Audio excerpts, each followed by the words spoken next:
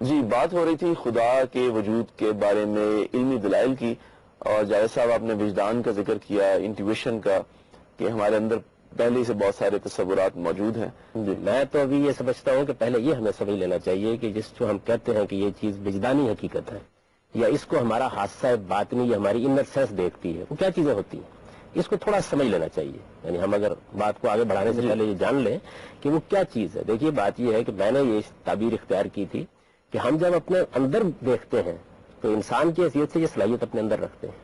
یعنی دیکھیے میں اپنی ساری جبلتوں کو دیکھ سکتا ہوں، یعنی میری جبلتوں کا ظہور ہوتا ہے جب آپ اسے دیکھتے ہیں. مجھے پیاس لگتی ہے، مجھے بھوک لگتی ہے، مجھے غصہ آتا ہے، مجھے نفرت ہوتی ہے کسی چیز سے. یہ ساری وہ چیزیں ہیں جن کو آپ اس وقت دیکھتے ہیں جب اس کا ظہور ہو جاتا ہے. میں اس کو ظہور کے بغیر دیکھتا ہوں. یعنی میرا حادثہ باطنی یا میری انر سینس اس کو بغیر ظہور کے دیکھ لیتی ہے. بالکل اسی طریقے سے میرے بعض وجدانی احساسات ہیں. مثلا ماں کی ممتا کو آپ دیکھیے، کیا چیز ہے یہ؟ یعنی یہ ایک ایسا گہرا احساس ہے جو ایک عورت کے اندر ودیت کر دیا گیا ہے. اس کا ظہور آپ دیکھتے ہیں کہ وہ بچے کو آغوش میں لے رہی ہے، اسے پیار کر رہی ہے، اسے سینے سے چمٹا رہی ہے. یہ کچھ بھی نہیں ہے سوائے اس کے کہ جو چیز اس کے اندر موجود ہے اس کا ظہور ہے.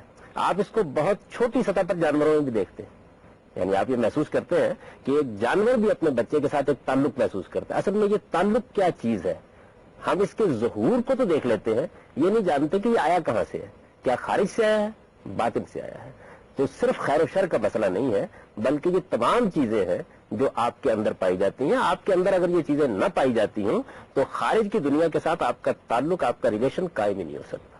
یہ تو بیسک انسٹنکٹس ہیں نا جن کی آپ بات کر رہے ہیں. جانوروں کی جو آپ نے مثال دی، اس میں جانوروں میں تو پھر ایسا بھی ہوتا ہے کہ بہت سے جانور تھوڑی دیر پرورش کے بعد خود اپنے بچوں کے خلاف، شیروں کے بارے میں معلوم ہے کہ ان میں سے وہ خود اپنے بچوں کو بعض دفعہ جو ہے وہ اٹیک کرتے ہیں. یہ کیا مطلب واقعی لرنڈ بیہیویئر ہے یا یہ انسان کے اندر بالکل یکساں طور پر پایا جاتا ہے؟ یہ تو ایک اس کی اگر آپ تھوڑی سی وضاحت کر دیں. میں نے صرف سمجھانے کے لیے مثال دی. یعنی انسان جب کہتا ہے نا میں دیکھتا ہوں، جب وہ کہتا ہے میں سنتا ہوں، جب وہ کہتا ہے کہ میں سونگتا ہوں، تو وہ جن حواس کا ذکر کر رہا ہوتا ہے اصل میں اس کا خارجی ظہور آپ دیکھ رہے ہوتے ہیں. انسان اپنے باطن میں بھی دیکھ رہا ہوتا ہے. یہ میں نے یہ بات سمجھانے کے لیے آپ کو یہ بتایا کہ بے شمار چیزیں ہیں جو میرے اندر پائی جاتی ہیں.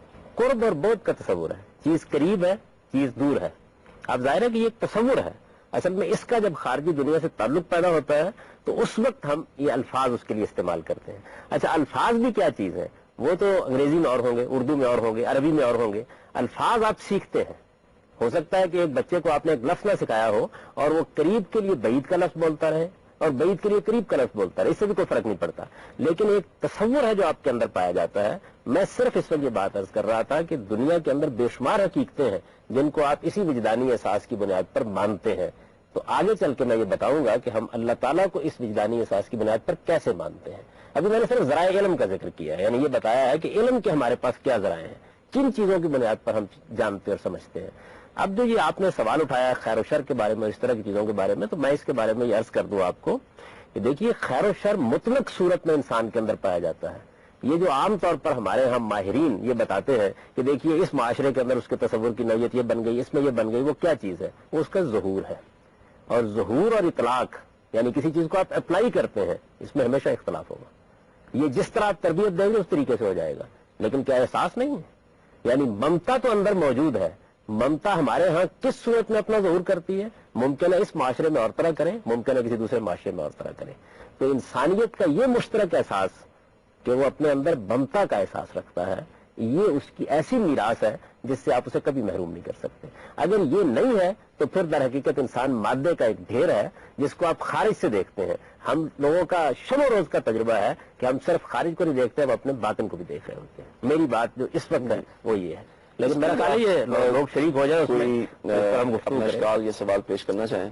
یہ جو بیسکلی بات کی آپ نے وجدانی احساسات کی، جو انٹیوشن ہے، بیسکلی جو انٹویشن ہے انسان کی، اس کو اگر آپ لے سکتے ہیں ایسی سورس جس سے آپ کچھ نہ کچھ نالج جو ہے بیچ میں سے اس کو بھی as a source of knowledge اگر لے سکتے ہیں، ایپسٹمک ریسورس لے سکتے ہیں جسے کہتے ہیں، تو اس کے اندر یہ مسئلے پیدا ہوتے ہیں کہ اس کو کافی عرصے تک قبول کیا تو جاتا رہے، لیکن پھر اس کے اندر بھی آئی مین ان ماڈرن سائنس وی سی کے اس کے اندر مسئلے کھڑے ہو چکے ہیں. مثلاً میتھمیٹکس کے اندر for centuries the idea was expected کہ یوکلیڈین جیومیٹری ٹھیک ہے واز انٹویٹیولی آبویس، اس کے ایگزیمز،